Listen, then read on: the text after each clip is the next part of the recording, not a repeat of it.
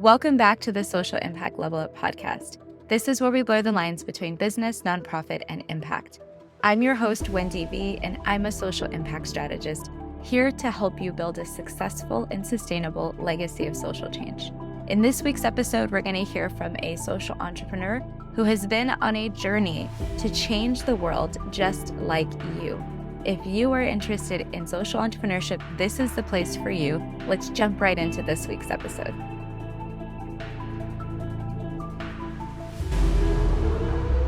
Hi, everyone. Welcome to this episode of the Social Impact Level Up podcast. We are here with Kat. And Kat, remind me how to say your last name. Luckock. Luckock. Okay, I didn't want to say it wrong. So Kat is here all the way from the other side of the pond, and I am so excited to have her. You're in Wales, right? Mm-hmm. Yeah, well Yeah. remembered. Yeah, I didn't get it wrong. I remembered. And so I, found Kat online. We weren't Yeah. even real in life friends, but I aspired to go visit her in Wales one day. And we bonded over this idea of being social impact strategists. So a lot of the times you'll see people with the same title, they don't actually collaborate. This is completely the opposite because Kat and I instantly were like, you do the same thing that I do. You like the same things that I like. Wait, hold on. We should be friends. And Yeah. so we've been trying to connect and have this podcast episode for quite a long time. So I'm excited to invite you here and have this conversation with you. And I wanted, the audience to really understand that this isn't a common title people choose, social impact strategist. It's really, I'm sure if you're committed to a certain frame of mind, then you're drawn to this. But a lot of people don't even know what the heck we're talking about. So I really wanted to start with your story of how Yeah. you came to be a social impact strategist and what exactly that means for you. Oh, I love that question. No, thank you. So, I suppose I came to it after becoming a social entrepreneur back in 2013. So, I set up with my friend and co-founded a social enterprise, which runs an education program in schools. Maybe we'll come back and talk about that later. But um, after that, well, I did that for 3.5 years, and then I really wanted to, I didn't want to leave it, but I decided in the end to leave it on the operational side. I'm still involved and have been for the last 10 years as a director. Um, I really wanted to then go and help other social entrepreneurs grow their businesses. And so I knew what I wanted to help them with in terms of communicating their social impact better, measuring their social impact better, and generating more revenue. Because I felt like the social enterprise sector as a whole wasn't generating revenue fast enough. And I really wanted to get into that space of supporting them to do that. Now I've kind of niched out my own sort of space in that space. But and at the start I was like, well, what am I going to call myself? What does somebody that's doing this work call themselves? And I kind of just made it up 5 years ago. I decided, I was like, well, I'm doing lots of impact strategy. It's helping people create their social impact. It's helping people understand what the social impact is and how they communicate that. So I think I'd probably seen somebody else use the term strategist. And I was like, yeah, that's kind of what I do. So social impact strategy, social impact strategist. That's how I started out. That's what stuck. That's evolved lots now. And I kind of more call myself a social enterprise coach and strategist. But yeah, that's where it started. And so for me, I think it was always just about, um, I think social enterprise owners, founders, leaders always have a strategy, but sometimes it's in their head, and it's maybe quite vague, or they've got a very clear vision. They have very clear ideas about how they want to run their business and operationalize their social impact and value. But very rarely, in my experience, have that as an actual strategy. And I think after that initial passion and commitment has sort of played out, they've got a business up and running, and they've got different parts to the operations. They've got new team members and everything. They realize, things aren't quite working as streamlined as they were. And I find it's often because they're lacking that strategy, really kind of formalizing it and using it to help them operationalize their business and grow their business. So I think for me, social impact strategy is having a social impact strategy that's aligned to your business strategy, your sales strategy, your revenue strategy, whatever that is.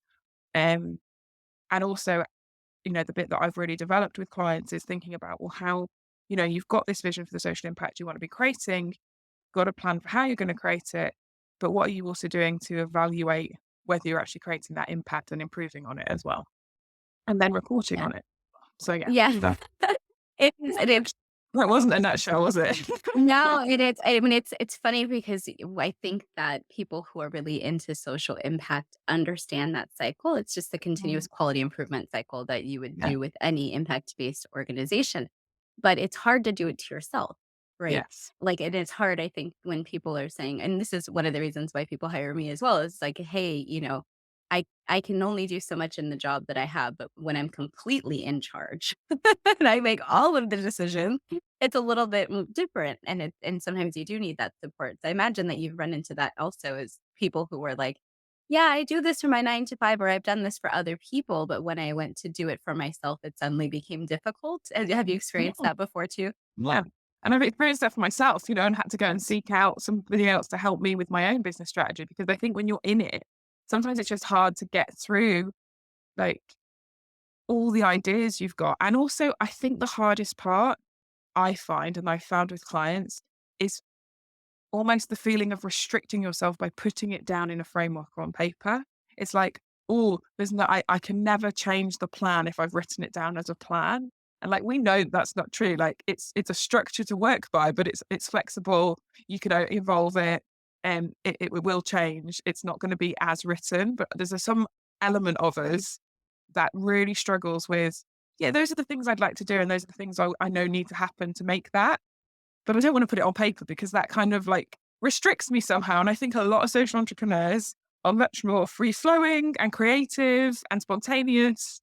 And so there's a kind of a bit of a jarring there with strategy and this spontaneity. And I think for anybody that feels that, I am definitely that kind of person too. And just know that having a strategy really, really does help. Like it just helps exactly what you should be doing week in, week out, and day in, day out if you've got the really good plan. And I've really seen it with clients work really well as in my own business where, rather than just almost firefighting and dealing with the next thing, or just being really busy working, but not actually moving towards where you want to get to, really, just kind of Yeah, the in busy being busy, but not necessarily getting to your goal. place. I've actually done that before, and my coach caught me and was like, "What are you doing?" And I was like, "I don't know, I'm doing stuff every day." And she's like, Yeah, "You can do a lot of stuff every day, exactly. the right stuff." But I'm like, Are you "I don't know." moving the needle to get to where you want to get to? So yeah. Yeah, yeah, and I think you said something about measuring that too. A lot of the times people forget to measure things, or they don't start early enough at like 0, and so they're already doing stuff and they're like, "Oh, well, does this count?" And they try to go backwards, and it is difficult, for yourself even to just set up the Mm. systems that you need to keep consistently doing things to move forward and also measure at the same time. So I can see how, people need help. And you mentioned before that you guys had started an organization as social entrepreneurs before you even did this. I know you still work with that organization. Do you want to tell us a little bit more about, like, what does this organization do and what is their Mhm. mission and how can people, support if they're interested? Yeah, no, definitely. So Solutions to the Planet, you can check it out. It's solutionstotheplanet.co.uk. It's so we're passionate about helping young people predominantly. Well, we have a number of different programs, but our main program helping 11 to 14-year-olds understand sustainability and the climate crisis and feel empowered to create change and take action on those issues. And so it's a year-long program working with young people in secondary schools where we initially do a big day with them where they kind of learn about the sustainability issues. They pick an issue in their teams that they want to focus on, and then they create what we call a big idea.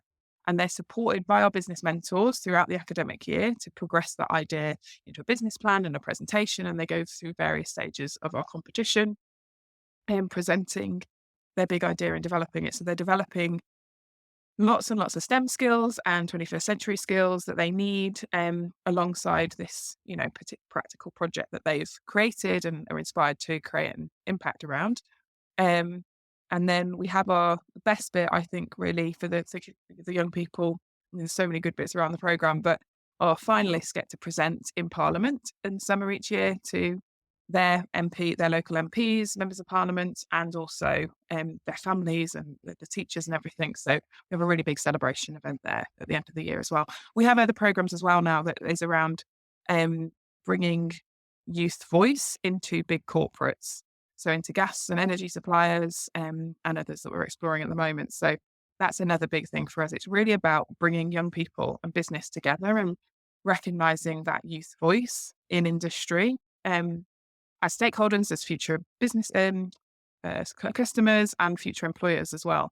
And that recognition that young people just have this ability to see the world differently. They're not constrained by all the things that they've been educated out of, like to, worry about budgets and worry about health and safety. And not to say that those things aren't important, but I think young people often bring just a different, lighter perspective to things, of real creativity, which is certainly what our business partners have found and why they invest in the program. So yeah, if you've Yeah. got out there that are interested, then definitely get in touch. That's really neat. And so this is based in Wales. No, Or no, no. We're oh, based in England and we run the Big okay. Ideas program across England and have been in Scotland in the past, but not in Wales at all, no. Oh, okay. Oh, wow. So you are like in a couple countries with this program. Yeah, awesome.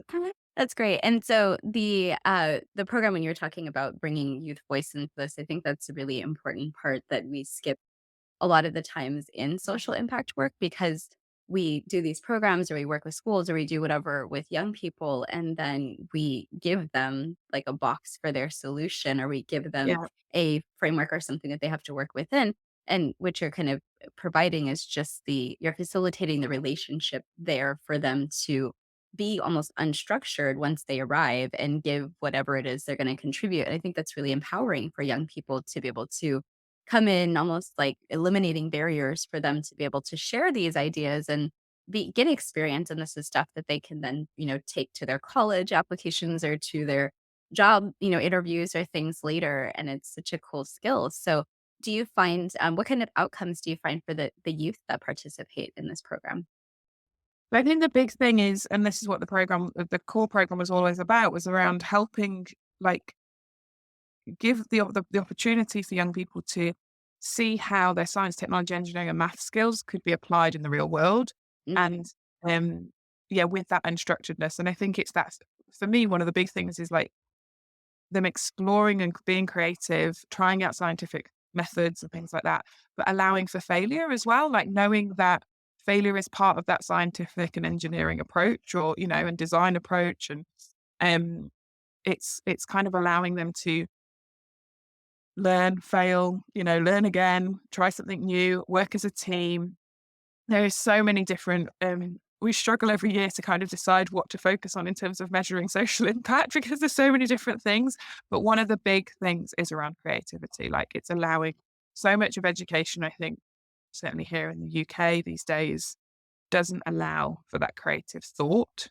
Um, and certainly, I think later on in the education system, at further and higher education and stuff, you're there to learn in lots of areas anyway, lots of subjects. You're there to learn knowledge and then apply that knowledge.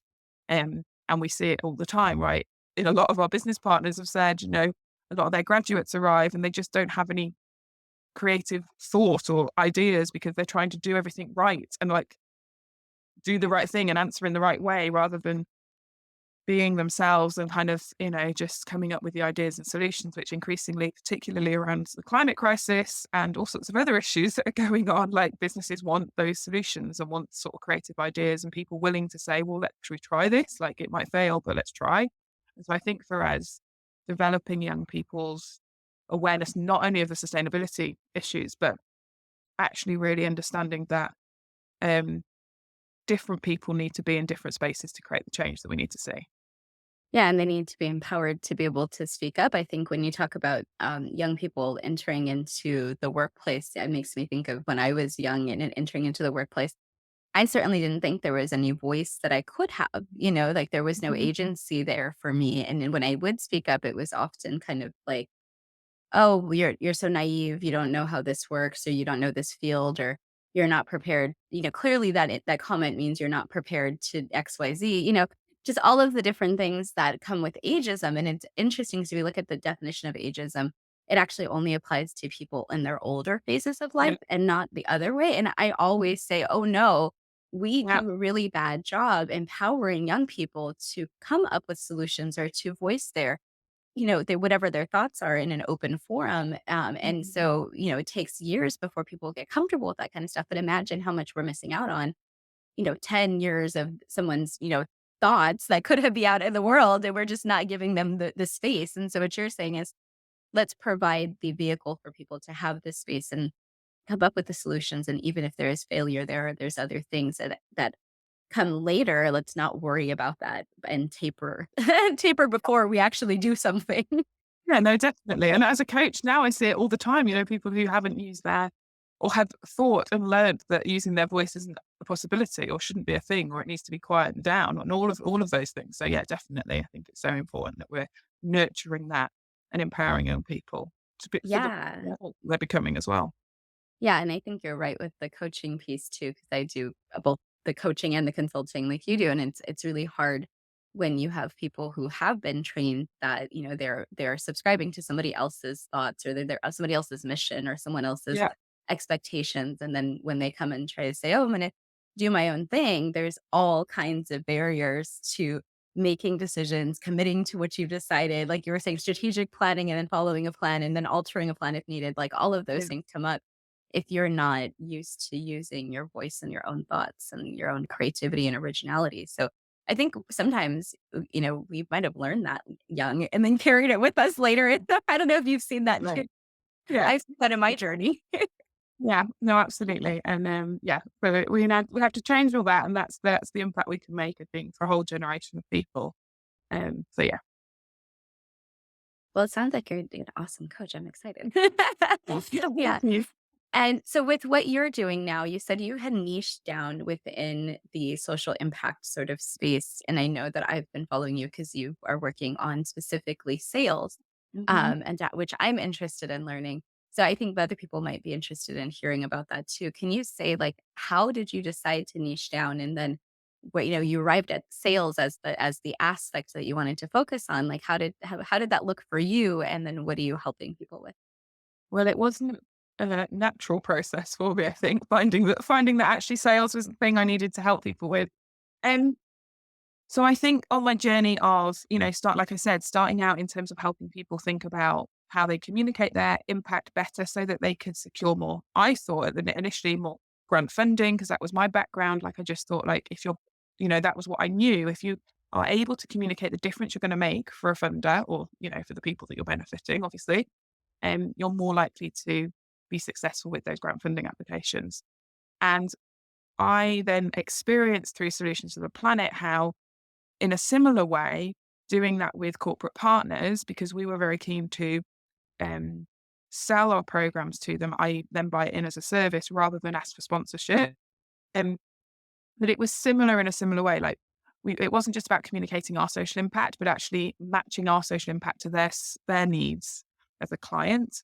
But it was similar in terms of how you do that with grant funding as well. And then it kind of evolved. So the more and more workshops and trainings I did with groups of social enterprises, the more and more I realized I was mentoring and coaching around money and mindset and people's issues with paying themselves or charging appropriately. And I have conversations over and over again around pricing and why people were undercharging and why they needed to be charging more or better. And why that was important for their business sustainability and just growth, or not even growth, just to survive. So, and I think for a few years, I was like, why is it always coming back to this? What is it about people that are struggling with this? And then I kind of looked outside the sector and was like really fascinated by all these coaches and gurus, I suppose, talking about money mindset. And I was like, ah, they, what they're talking about is exactly the same. It applies here. It's like lots of entrepreneurs struggle with this, but it's a real issue in the social impact space. And I just felt, well, nobody else is talking about this in this niche where I'm already established. And I don't know who else is going to talk about it. And if I don't, like people are asking me, I need to kind of fill this gap. And like I was uncomfortable with it because I was like, who am I to kind of explore this and develop it? But it's kind of evolved over time. So I very much focused on the pricing side and exploring for myself, like why people needed to charge better and more and why we should be confident about charging more as social entrepreneurs. And that's really evolved then to, focusing on sales, because that was the next thing, right? Then people were like, well, and I'd always talked about generating revenue through selling and sales and selling services, but I hadn't really gone to the depth of like, well, what does sales really look like for social entrepreneurs? And so this whole thing then around, because I tried every other sales expert's approach, it wasn't really working for me. And I realized people it wasn't working. I was like, why isn't it working? And essentially I've come to this conclusion, it doesn't work because as social entrepreneurs, we all have different values, but we all have a set of values. We have a purpose, and that is what drives us. And if those values aren't embedded in your sales approach, then obviously there's going to be a disconnect. And obviously it's not going to feel comfortable. And therefore, like most social enterprises, we just pretend we don't need to do it. Or we kind of try every other means of generating revenue because sales isn't for us, because that's that thing that other people that have different values to us do. And that kind of plays out in all sorts of different ways. But for me, it's been really, really interesting journey over the last 18 months to 2 years, kind of exploring my own approach to having an aligned sales approach and then helping others, because it's the thing I'm most passionate about now, because I see it's such an issue in preventing people from generating the revenue that they absolutely could be generating. And actually, it's really quite a simple process of embedding your values and feeling and taking and developing your own sales approach that does just feel fully aligned, and like kind of forgetting about what you think sales should be. Like we get to redefine sales basically. Yeah, yeah, because people will tell you, "Oh, if you go and follow an email marketing guru, the 3 emails are gonna be your, savior to sales." And then if you follow somebody who does lives, they're like, "Do 3 lives." And I'm like, "Why is it always 3?" It's so funny. There's I know what you mean, and you're like, follow everybody's method, and then you're like, "Well, this isn't what? It's not working." So, I Yeah, completely appreciate what you're saying, and I think that you're right. If the value alignment, we talk a lot about that in our first, season of the podcast. Aligning your values with what you're doing as a social entrepreneur is so important, but you never really tease it all the way out into like, well, aligning your values with how you sell and your sales methodology is also part of that. And that money mindset piece. I mean, we've done entire episodes about money mindset and how do you overcome the yeah, different aspects that, present themselves as you're going through your journey. And I think that there's a lot of money trauma that people have experienced. And the way I see it with the social impact space is people have also experienced professional money trauma, because a lot of the times you want to make an impact or you want to do something, but the thing that's holding you back is not having money for your budget. yeah, And so when you get customers in this space or you're working in this impact space, a lot of the time people will say, "Oh, well, I actually need you to help me get grant funding, but I can't pay you." Or, "Oh, I want to do this project, but I don't have the budget for it." Or, "Oh, there's no budget for support to do this, but I just want to pick your brain." And you're like, "Wait, hold on. So it's okay for me to do work unpaid for you, but it's because you're trying to do something good for somebody else." It's just like whole thing. And I had to go through at least a year of like trying to understand this, and then yeah, realizing that they probably are just not your an ideal customer who's aligned to where you are in the process, how you can help them. And it took a long time to just be able to give up on people, because I felt like I was truly like, "Oh, but if I don't help them for free, then they're gonna go find somebody else to help them for free." yeah, And people who are looking for free help are gonna find free help. So I completely appreciate what you're saying, because I went through all of that on my own, and I think that the people who listen to our podcast have heard me go through that journey throughout they were like they like literally were listening as the journey was happening. So yeah, so there's probably a lot in season 1 to unpack, even with my own experience of what you're talking about, which is really funny. So I want to get back to something you were talking about earlier too, about sales and how people are like using your impact to actually show that you're, doing something, that you're doing good. This is something I talk to a lot of organizations about. It's one of my specialties as well, is how do you then take that information about what you've been able to accomplish and feed it back into your system of getting profit or getting more impact or whatever your goal is. And I'm just curious how do you explain that, or how do you teach that? How do you share that with people? Because that is something you mentioned just like briefly earlier on. yeah, definitely. So I think, knowing, knowing your knowing what your impact is the first thing. And I think lots of social enterprises, wherever they are in the journey, haven't, like you said, put in the mechanisms to actually measure that. So that, I mean, for most people, that's where you have to start. Is like, what could we be measuring? What can we go back and measure, or what can we look forward to measure? From now, so that we've got some impact data. And I think alongside that, and sometimes depending on your organization, it's, the results that you create for clients can be one or the same, or can be the same thing, or sometimes slightly different, but knowing that as well. So knowing, like, are our results for clients the same as the impact we create with beneficiaries? Or do we need to kind of do those two bits of work separately and then look at, like, how they match? So when we're creating impact here, we're also creating results for our clients, because depending on how complex your organization is or the programs you're offering, sometimes those two things aren't the same. And it took me a long time to get my head around like that as well, because we need to be communicating both of those things. Um, and then, yeah, knowing really and doing some work around knowing what your clients want and need, obviously, so that you can speak to those things that they're looking for. Because my basic thing is, stop trying to sell to people that don't need what you've got to sell. Like, that's a value of mine, but it's also a really basic thing when it comes to any sales. Like, one of the things I think people hate about sales professionals, and also we perceive as sales being bad, is that we feel like selling is about being pushy and persuasive. The reality is, you don't need to be pushy and persuasive if you're selling something people actually want to need, like, and if they've got the budget for it. So actually, if you just started your business and started your sales on that segment of the population that is looking for what you want and need, then you're going to do well initially anyway. And then, yes, you can look at other things in the future. And there's all sorts of other stuff there to look at. But I think that's the thing, is the key thing. Um, Knowing what you do, knowing how you, the impact you create, knowing what your results are, knowing what your clients need or want, and being able to confidently communicate that. And sometimes that's just practice, right? Just practicing with friends, getting out there and being uncomfortable and doing pitches, talking to potential clients and just talking it through and getting feedback.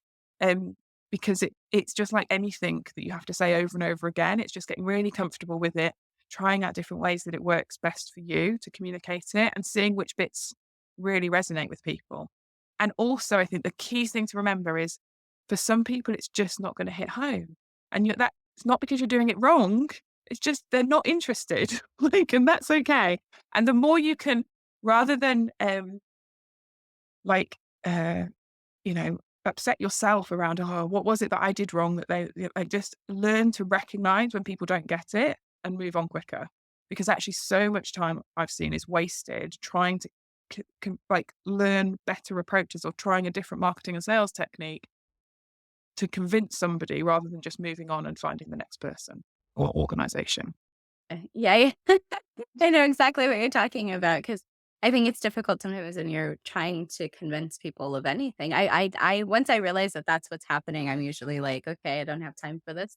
Yeah, I gotta continue to do other things that are gonna draw the people who I actually need to me, as opposed exactly. to trying to convince you to change your mind." Now, I mean, I've also had people come back to me several, months later and be like, "Okay, now I'm ready to work with you, and it was just not the right time, before or Yeah, whatever." And exactly. so, you never know why people are saying no, but if they're saying no, I don't generally like to try to convince anybody to do it. I don't like the people trying to convince me to buy something. I'm the No, of course, yeah. and And like that's like, and I think it's recognizing, like, that's a value for you, rightly or wrongly, that's your value. And therefore you need to reflect that in your own approach, right? Because yeah. it sits well or doesn't sit well with you. And then you're going to want to work with people that share your values. So yeah. No, absolutely. I think it's a great example for people of, how social entrepreneurship can be difficult to navigate, because we don't want to be sold to, but at the same time we have something to offer. So then we don't know how to offer it. You're like, okay, hold on.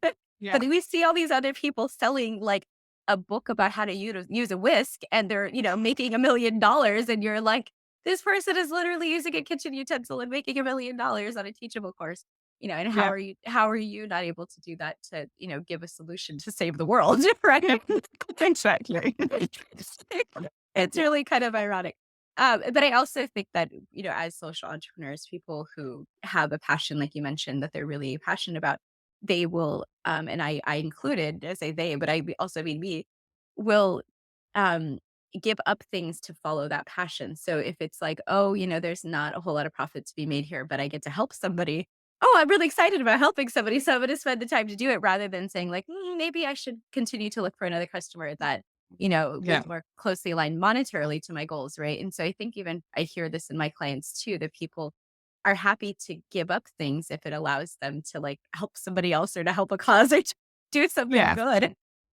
And I think that's important, and that's recognizing that's what's important to people, but also knowing, and I have those conversations with my coaching clients as well, right? It's like, well, it's working through what really are the priorities, because usually what we find is with those types of clients is they they are very happy and very willing to give their time, but they are also in need and wanting to have that financial support, like and backing, and grow the reserves in their business or whatever.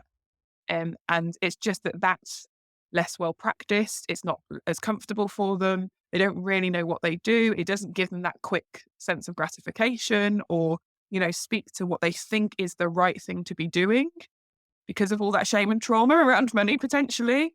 And so it's kind of looking at how we rebalance that because, yeah, social entrepreneurship is about doing business differently and is about our social and environmental purpose first and foremost. But it still needs to function as a business, right? It still needs to generate revenue. And for most social enterprises, in my experience, that enterprise and revenue generation piece is the bit that they're just inexperienced in. And so it's probably the bit they don't focus as much attention on, but it's just about how do we sort of train that muscle essentially? How do we practice so that we feel more comfortable in doing it and so it does feel more exciting and enjoyable? And that's why as much as many people think, what sales in social entrepreneurship? That doesn't sound like a thing. But actually, I think if people found their own aligned sales approach, they would be able to just see how enjoyable sharing your services with people is, which is all you're doing, Yeah, it's and just you're like getting money for it in return. your natural talents that you're using to do something good is still gonna get you paid, and that it, like, is one of the most mind-blowing moments when I learned that and when I unlocked that for people too. They're like, "Wait, what? I can do something I like and get paid? How does this work? This seems weird." But yeah, it's true, and then people will pay you to do the things that you like to do, and it's just like you need to figure out, what is the right way to do it. And I think Definitely. the right way is, the right way for you, not necessarily the right way for somebody else in a book told you how to do. Yes, And definitely. you can't get away from marketing and that these things, quote unquote work. There are a lot of things that Oh, do yeah. work, You having an still have email to list. work. Yeah, you still have to do the work. Absolutely. Yeah, so that's a part of what I think you teach people is how do you go about doing that work, but how do you kind of do it in a structured, supported way with the strategy and all of those things, which I think is great. And so I wanted to ask you, there's two more questions I have for you. One is where can people find you? So just whatever you want to share, just be thinking about that. But the other question before that is if you were to give some advice for folks who are making an impact, a lesson that you learned along the way about impact based work and social entrepreneurship, what would you want to share if you could give people just one piece of advice of who's, kind of coming up behind us as we talked about, maybe even some of the younger people Mm. who would be taking this work over from people like you and I who are starting to age. Yeah. I know. Right. It's scary. Yeah, Yeah.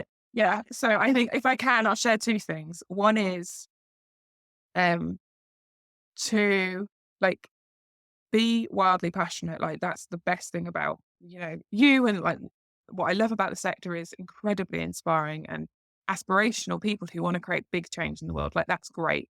But don't allow like those things aren't going to happen if you and your team and your employees are burnt out and ill and like have no energy left. And so looking after yourself and your team and your employees and the volunteers that you might have as well is, I think, one of the most important things that we're not doing particularly well in the sector because we all have this like, oh, but it's all right. We'll put in a bit more time or we'll put in a bit more energy or we'll just push a little bit harder because this thing really matters and it does really matter. And goodwill goes a long way and it is really important. And I know like we've all done it, but at some point we have to kind of step back and allow, like, do we really have the capacity, the resources, the energy to keep going at this rate?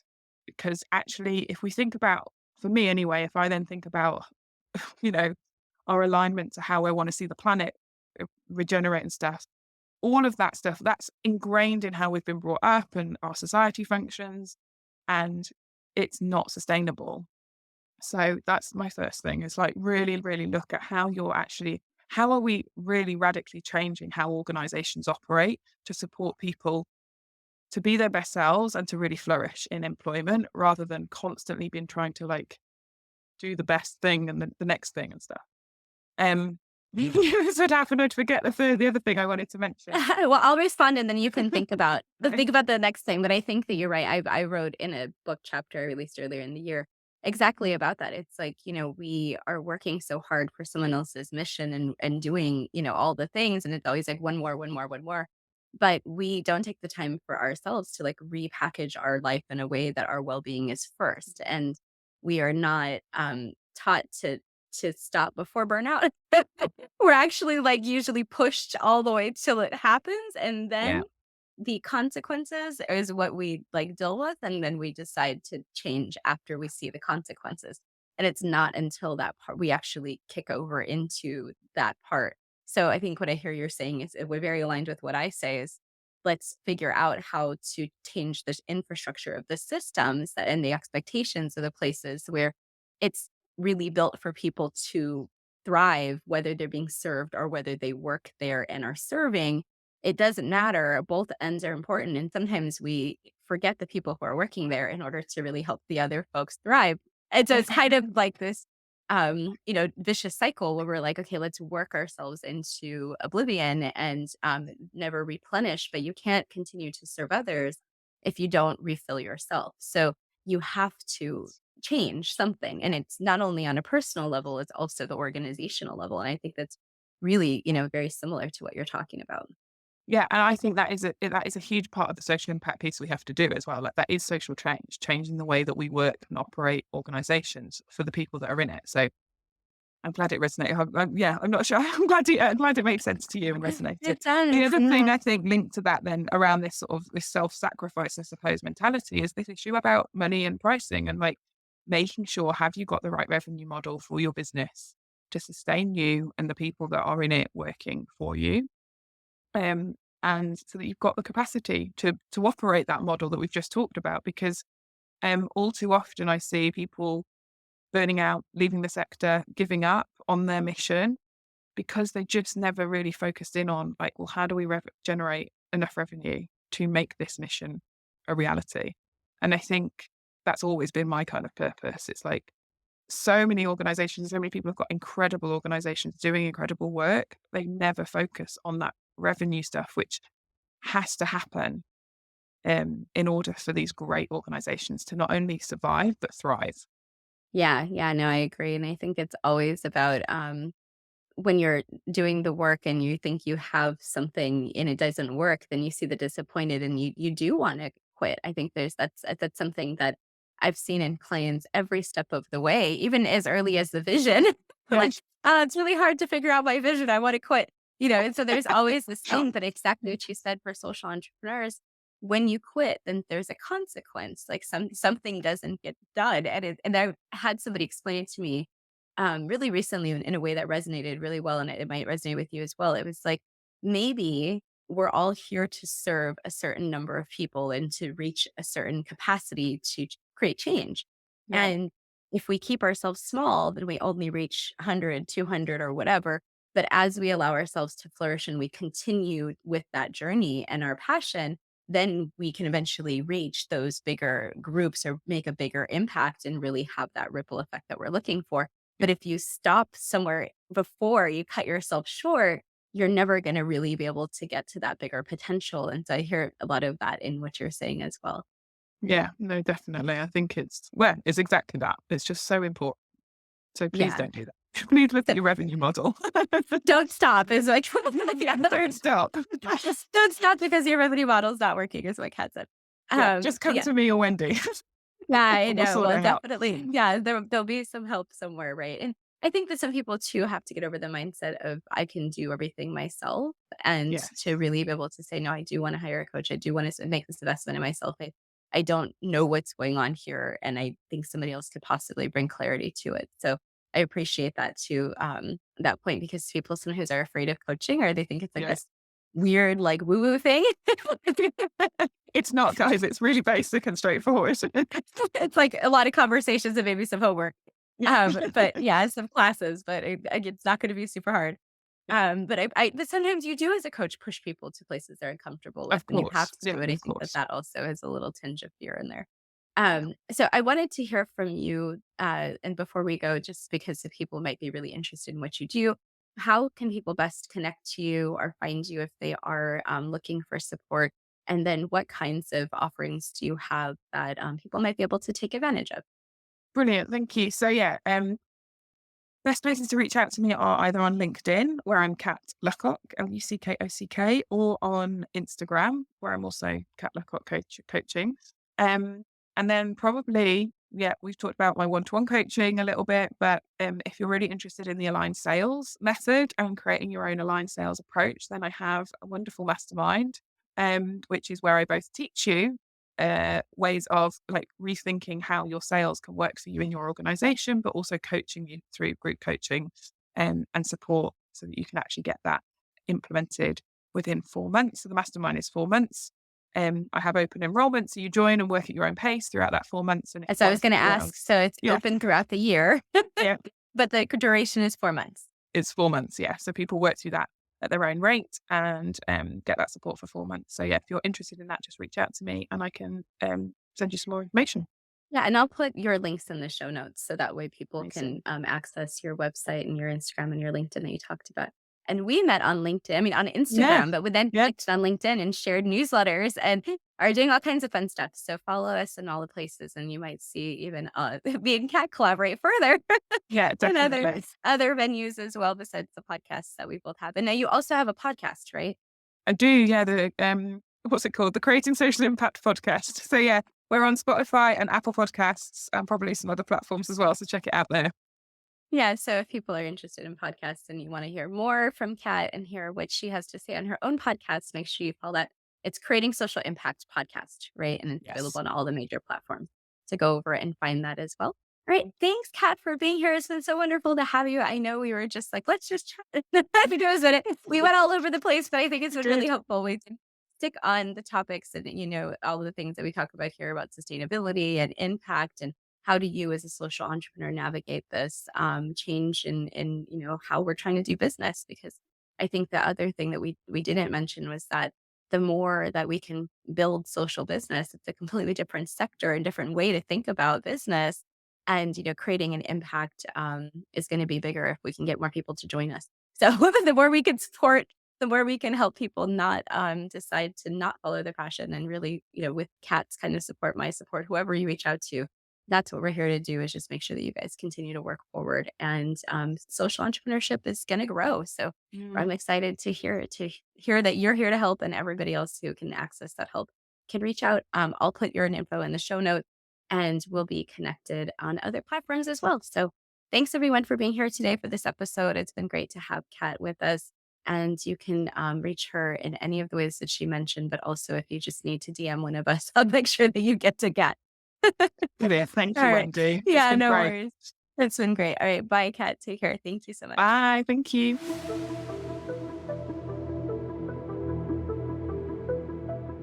Thank you for joining us for another episode of the Social Impact Level Up podcast. It's been awesome to interview today's guest, and I hope that you leave inspired to take action. If you're looking for any of the information we spoke about, it's probably down in the show notes. Make sure that you're checking them out and you're clicking on any of the links that seem exciting to you. If you are looking for a coach or a consultant to help you with your social impact or your sustainability, reach out to me via my website, hop on my email list, or jump into one of my programs. All of the links are below. So excited to have you as part of the collective. Make sure that you come back and join us for another episode next week.